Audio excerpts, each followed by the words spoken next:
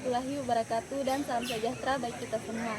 Baik, pada kesempatan kali ini kami akan mewawancarai narasumber yang akan menerangkan materi mengenai keterampilan dasar dalam penerapan media pembelajaran. Baik, langsung saja kita akan berbincang-bincang kepada narasumber langsung. Dipersilakan untuk memperkenalkan nama. Oke, terima kasih. Perkenalkan, nama saya Maman Ardiansah, SPDMP KIM. Saya seorang guru di SMA Negeri Model Terpadu Madani Palu. Baik, pengalaman Bapak selama mengajar ini sudah berapa tahun? Bisa dijelaskan sedikit? Oke. Kalau persoalan mengajar sudah 13 tahun ya. Alhamdulillah dari 2008 sebenarnya umur 1 tahun. Sekarang sudah 13 tahun kurang lebihnya seperti itu. Apakah selama ini hanya mentok di SMA Madani saja atau sebelumnya saya saat terangkat jadi pegawai negeri itu saya ngajarnya di SMA Negeri 1 Ampi Babu, Pantai Timur ya. Tahun 2018 alhamdulillah bisa pindah di SMA Madani karena itu kemarin lewat jalur tes, karena masuk di SMA Madani itu dulunya harus dites kayak gitu. Jadi kita berkompetisi dengan beberapa guru yang lain, pegawai negeri semuanya ya. Kemudian siapa yang dinyatakan lolos bisa ngajar di SMA Madani. Jadi alhamdulillah 2018 saya terpanggil pindah di SMA Madani. Jadi 2 sekolah sekarang itu. Baik, langsung saja kita akan berbincang mengenai materi kita tentang keterampilan dasar dalam penerapan media pembelajaran. Untuk silakan saya. Oke, kira-kira bagaimana sih khususnya di masa-masa pandemi sekarang, bagaimana keterampilan seorang guru khususnya pada awal mula pandemi masa pembelajaran tersebut? Oke, jadi bicara persoalan pandemi ya tidak habis-habisnya, mudah-mudahan akan segera berakhir ya. Amin amin, kita sama-sama seperti ini. Tentunya awal-awal melakukan proses belajar mengajar di awal-awal pandemi ini tentunya kita membutuhkan persiapan tersendiri dari satuan pendidikan. Itu apa yang harus tindakan apa yang harus kita lakukan. Pertama kita melakukan rapat dalam satuan pendidikan, kemudian kita diberikan satu workshop seperti itu ya, workshop untuk apa yang kita lakukan pada saat pembelajaran, karena saat ini kan dibilang pembelajaran jarak jauh, istilahnya PJJ atau lebih dikenal dengan pembelajaran online daring ya.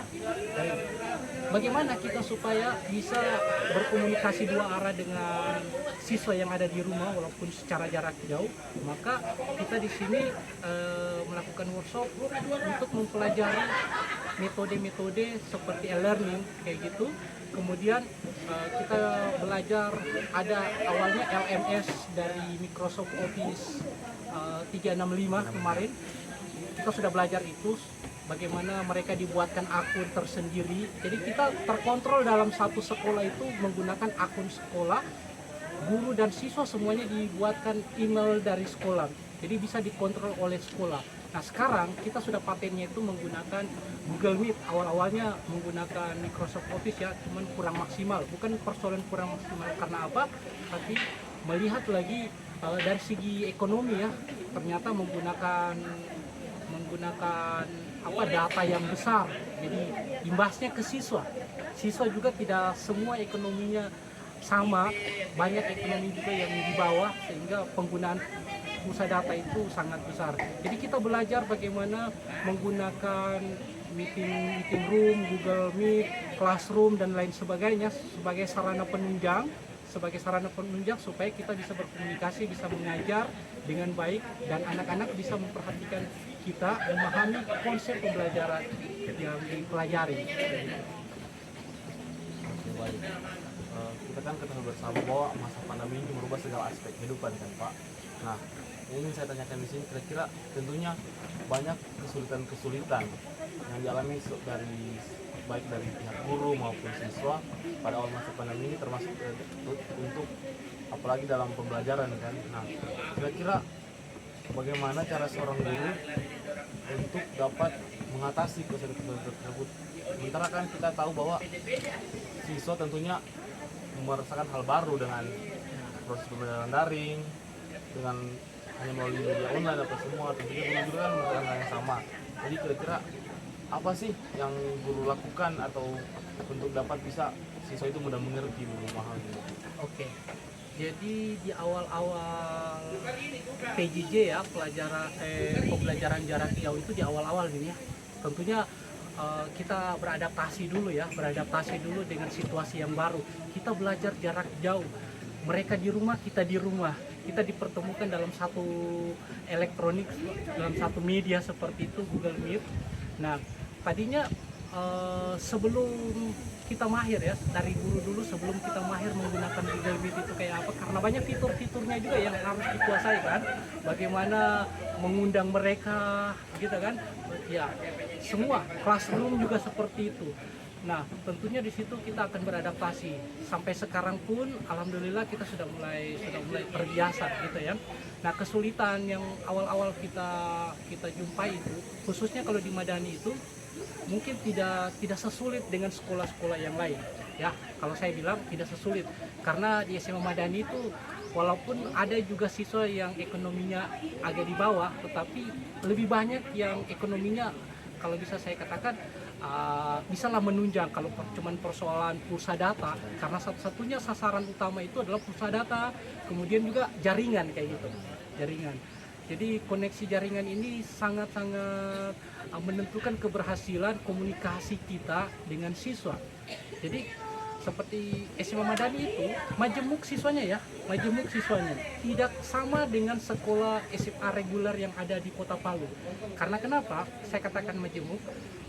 Ada yang dari Poso, ada dari Pantai Timur, ada dari Ampana, ada bahkan di pantai Sulawesi Barat kayak gitu.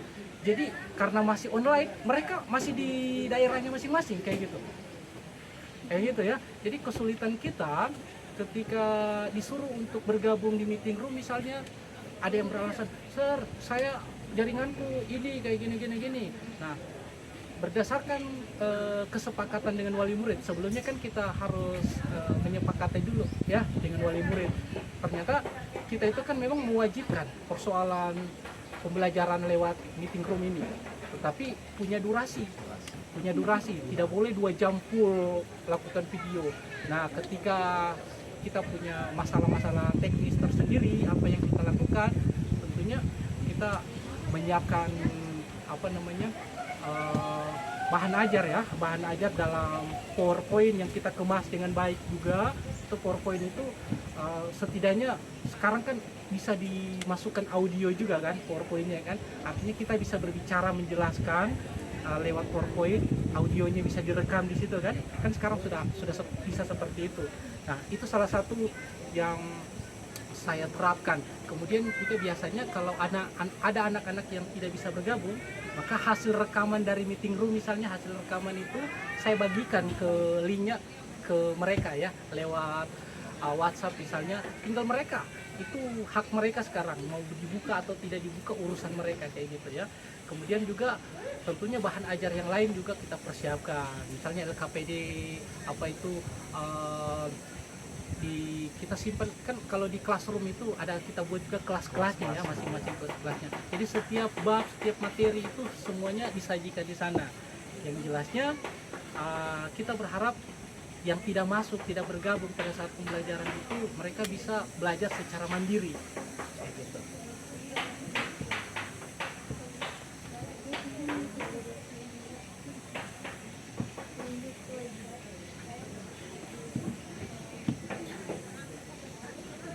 Baik, untuk langkah-langkah Bapak dalam meningkatkan keterampilan Bapak dalam mengajar ini seperti apa? Bisa dijelaskan sedikit ya? Kalau langkah-langkah atau keterampilan saya dalam mengajar seperti ini, tentunya yang pertama saya terus untuk menggali kemampuan saya terus untuk belajar, karena belajar itu tiada batasannya ya, tiada batasannya. Karena pada dasarnya konsep pembelajaran itu bisa selalu ditingkatkan. Jadi tentunya di sini meningkatkan kreativitas seorang guru juga itu penting dalam hal IT juga ya, dalam hal IT. Jadi misalnya kalau kita melakukan evaluasi atau penilaian, kita menggunakan Google Form ya, Google Form. Itu juga sebenarnya awal-awal juga masih sulit juga untuk mempelajari Google Form itu ya. Dengan beriring waktu terus berjalan ini, sehingga hal itu semakin mudah buat kita ya, buat pertanyaan-pertanyaan lewat Google Form. Jadi tentunya kita sering untuk belajar gitu kan. Kemudian juga seperti masalah konsep itu juga kita lihat kalau ini materinya terkait dengan praktikum, apa yang harus kita lakukan. Tentunya kalau anak-anak kita tidak harapkan untuk praktek di rumah, kita sendiri yang praktekkan di depan kamera ya, di depan meeting room misalnya dengan alat seadanya, artinya berdemo sendiri ya. Jadi persiapan itu kita harus persiapkan memang sebelum kita belajar. Salah satunya yang diwajibkan kepada guru itu harus punya langkah-langkah pembelajaran itu, yaitu perangkat pembelajaran, RPP kayak gitu ya. Jadi harus ada RPP daring misalnya. Kayak apa, misalnya berapa menit masuk di meeting room, kemudian berapa menit mereka kerja kelompok di kelas, misalnya classroom atau WhatsApp, kemudian masuk lagi di meeting room. Jadi itu semuanya langkah-langkahnya tercatat dengan rapi di rencana pembelajaran tadi. Oke. Kalau saya sedikit, ini kan bicara mengenai lagi masa pandemi kan. Nah tentunya siswa ini karena dengan hal baru mungkin motivasi atau minat mereka dalam untuk belajar ini berkurang, karena kebanyakan yang sering dialami kan pengalaman waktu masih SMA kelas 3 itu kan karena daring kita hanya sering pasti buka HP cuma main game, main semua. Nah kira-kira dari seorang guru sendiri bagaimana caranya untuk meningkatkan motivasi atau minat siswa dalam pembelajaran daring ini? Oke, nah itu salah satu tantangan sebenarnya karena pembelajaran daring ya. Kalau pembelajaran tatap muka ini kaitannya dengan karakter atau sikap dari peserta didik itu sendiri ya. Kalau kita belajar secara langsung, kita bisa memberikan motivasi, setidaknya kita bisa melihat langsung sikap yang dilakukan oleh siswa itu sendiri. Kita bisa menegur langsung siswa itu sendiri. Nah sekarang di masa pandemi, tantangan dari guru itu memberikan motivasi. Yang pertama memang sering-sering melakukan sebelum mengajar, berikan apresiasi, berikan motivasi.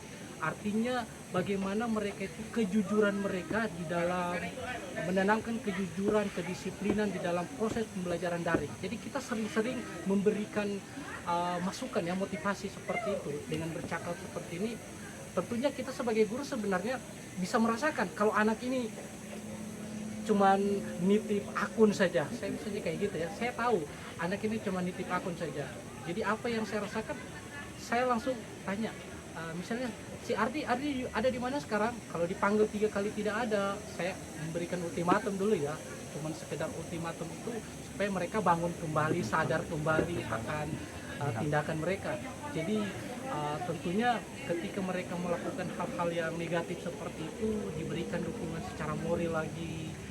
Ini sebenarnya salah satu tantangan guru secara daring, tidak bisa mengawas anak-anak itu secara langsung sehingga karakternya itu kita tidak bisa tahu.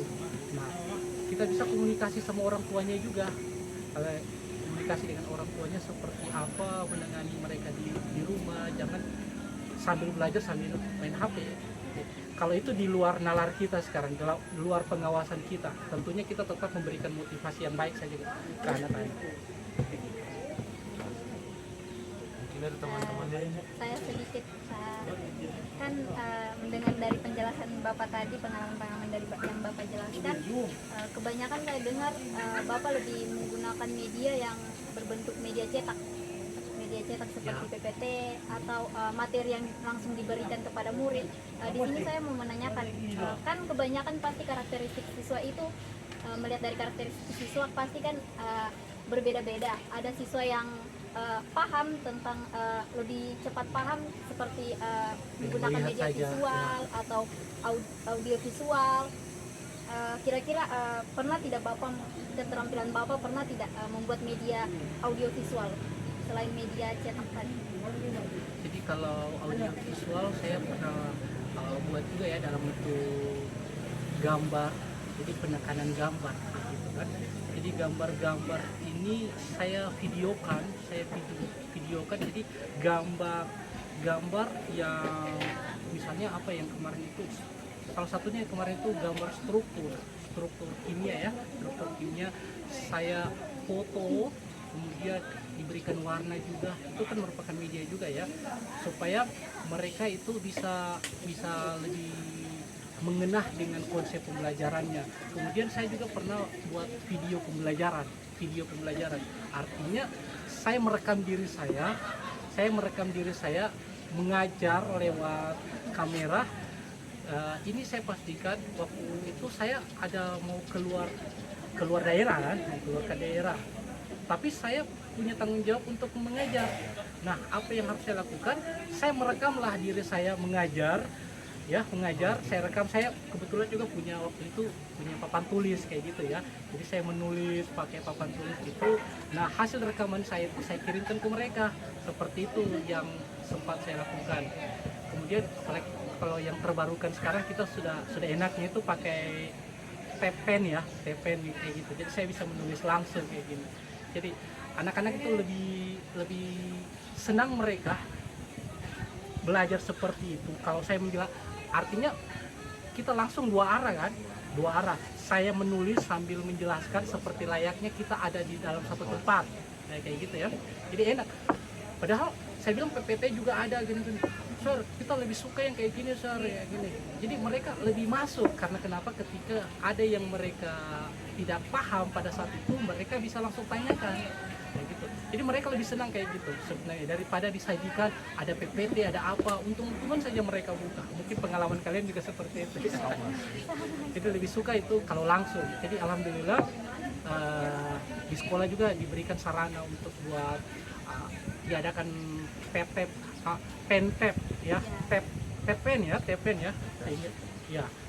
sehingga kita bisa menulis langsung di PowerPoint atau di mana saja ya, di Jamboard juga bisa gitu kan. Jadi lebih enak lah, rileks belajar dengan anak-anak, layaknya kita berada dalam satu ruangan seperti itu.